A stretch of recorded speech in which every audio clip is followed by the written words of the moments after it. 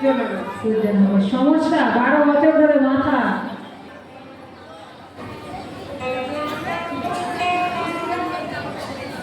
বলুন আপনার সমস্যা কথা।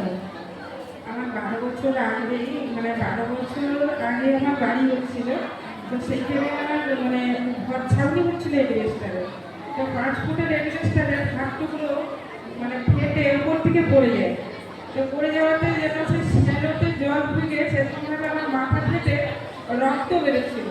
তো আমার 9টা টিচ আছে মাথায়। তো ওই মাথার যন্ত্রণাটা আমার সেই 12 বছর থেকে জ্বালা জ্বালা জ্বালা ভাব করে যন্ত্রণা করে টিকটিক টিকটিক করতো সবসময়।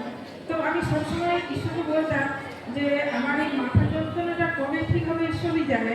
তো আমার যেদিন ঠিক হবে আমি সেদিনই বলবো যে মনুষ্যর আমি সেদিনই ঠিক করে দেয়। আমি কাউকে বলতাম নি, ওষুধ খেতাম, মাথার ফটো করেছিলাম। তো বারবার 3 বছর ফটো করেছি। ফটোতে বলেছিল যে কোনো কিছু করানো করবে। তো এমনিতেই আমি ওষুধ খেতাম। খাওয়ার পরে যখন আমি ঈশ্বরে যুক্ত হলাম, তো তখন থেকে দেখছি মাথাটা জ্বালা ভাব আর যন্ত্রণাটা হতো। আর যে পুরো মাথাটা যে ভার হয়ে থাকতো সেই ভারটা ছিল না, তো সবসময় যন্ত্রণা হতো আর জ্বালা ভাবটা থাকতো।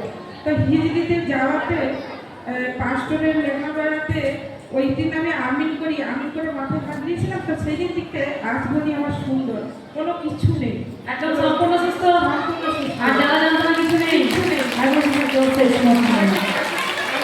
কার সমস্যা কোথায় যায় আমরা নিজেরাই জানি না।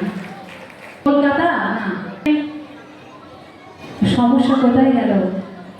খড়গপুর হিজড়ি স্টেশনে যখন অদৃশ্যের আরাধনা আগামী মঙ্গলবারে হয়, সেই 12 বছর ধরে ওনাদের জ্বালা যন্ত্রণা মাথার ব্যথা সেই দিকে ওখানে চলে যায়।